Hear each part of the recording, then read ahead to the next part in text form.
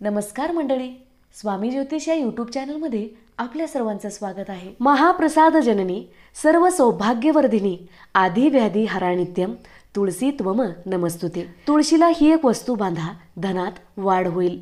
तुळशीची पूजा कशी करावी? तुळशीची पूजा करतेवेळी कोणता मंत्र म्हणावा? तर मंडळी, प्रत्येक हिंदूच्या घरामध्ये तुळशी असते। प्रत्येकाच्या घरी तुळशीची नित्यपूजा होते, पण तुळशी संबंधी काही नियम माहीत असणे हे गरजेचे असते। तुळशीची पूजा कशी करावी? तुळशीला जल कसे अर्पण करावे? तुळशीच्या समोर कोणत्या शुभ वस्तू ठेवाव्या? या सर्व महत्त्वपूर्ण नियमांचे पालन करणे आवश्यक असते। जर तुम्ही तुळशीला ही एक वस्तू बांधाल, माता लक्ष्मी व श्रीहरी आपणास अनेक अनेक आशीर्वाद देतील। तर मंडळी, व्हिडिओला सुरुवात करण्याआधी चॅनलला सबस्क्राईब करा, बाजूच्या घंटीला ऑल करा, त्यामुळेच मी टाकलेले प्रत्येक व्हिडिओ तुम्हाला पाहता येतील। तर मंडळी, घरात तुळशी असणे घरातील सर्व लोकांसाठी लाभकारी साबित झालेले आहे। तुळशी आपल्यासाठी प्रत्येक रूपाने परिपूर्ण लाभकारी असते। तुळशी ही विष्णुप्रिय आहे। लक्ष्मीचा सदैव वास तुळशीमध्ये असतो व तुळशीची पूजा केल्यामुळे अनेक लाभ आपणास मिळत असतात। घरातील तुळशीला ही एक वस्तू बांधल्यामुळे तुळशी घरामध्ये लावण्याचे व पूजा केल्याचे 100 पटीने आपणास लाभ होतो, कारण तुळशी याशिवाय अपूर्ण मानली जाते। या वस्तूमुळे तुळशी परिपूर्ण मानली जाते, यामुळे शास्त्रात या वस्तूविषयी अधिक महत्त्व सांगितलेले आहे। तर मंडळी, भारतातच नाही तर जगात अनेक जागी तुळशी आढळून येते। अन्य देशात सुद्धा तुळशीला गुणकारी मानण्यात आलेले आहे। तुळशीमध्ये अनेक औषधी गुणांसोबतच आध्यात्मिक महत्त्व सुद्धा आहे। विष्णू पुराणानुसार तुळशी जगाचे पालनहार श्री विष्णूची पत्नी आहे, त्या अर्थी तुळशी जगतजननी माता लक्ष्मी आहे। तर मंडळी, तुळशीला सर्व देवी देवतांचा आशीर्वाद प्राप्त आहे, म्हणूनच तुळशीच्या पानामध्ये अमृताचा अंश आहे।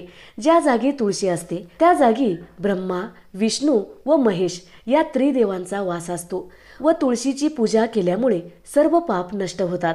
जसे सूर्योदय झाल्यानंतर रात्रीचा अंधकार नष्ट होतो, तसेच ज्या घरात तुळशी असते त्या घरात सुख, शांती व समृद्धी कायम टिकून राहते। भगवान विष्णूच्या पूजेमध्ये व त्यांच्या नैवेद्यात तुळशी अर्पण करणे हे अनिवार्य आहे, कारण तुळशी पत्राशिवाय भगवान विष्णू कोणत्याच प्रकारचा प्रसाद ग्रहण करत नाहीत। चला तर मग जाणून घेऊयात की तुळशीला कोणती वस्तू बांधायची आहे, म्हणजे माता लक्ष्मी प्रसन्न होतील। तुळशीला लाल ओढणी अवश्य अर्पण करावी। प्रत्येकाच्या घरामध्ये तुळशी असते, पण तुळशीला आपण चुनरी चढवण्यास विसरतो किंवा माहीत नसल्यामुळे आपल्याकडून चूक होते। जर तुळशीला लाल रंगाची चुनरी अर्पण केली नसेल तर तुळशीची पूजा केल्याचे पूर्ण फळ आपणास मिळणार नाही।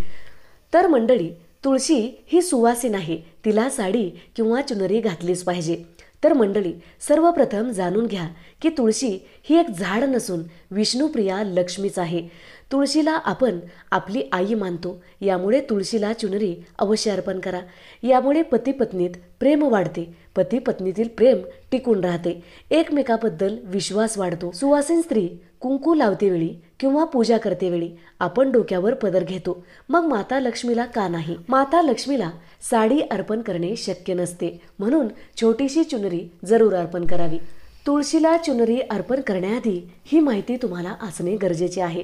तुळशीला लाल, हिरव्या व पिवळ्या रंगाची चुनरी आपण अर्पण करू शकता, पण ही चुनरी फाटलेली असेल तर आपणास दोष लागतो, यामुळे चुनरी व्यवस्थित चांगली असावी। तर मंडळी, माता लक्ष्मी ही आपली आई आहे, यामुळे आपण तुळशीला चुनरी जरूर अर्पण करा। यामुळे आपल्या धनात वाढ होते व माता लक्ष्मी सदैव प्रसन्न राहतात। हे आपले सौभाग्य आहे की मातेला आपण छोटीशी चुनरी अर्पण करत आहोत, याचा लाभ आपणास मिळाल्याशिवाय राहणार नाही। यामुळे मातेला चुनरी जरूर अर्पण करावे, याचे अधिक लाभ आपणास मिळत असतात।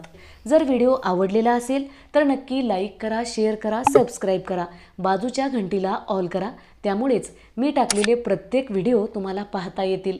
धन्यवाद। हर हर महादेव।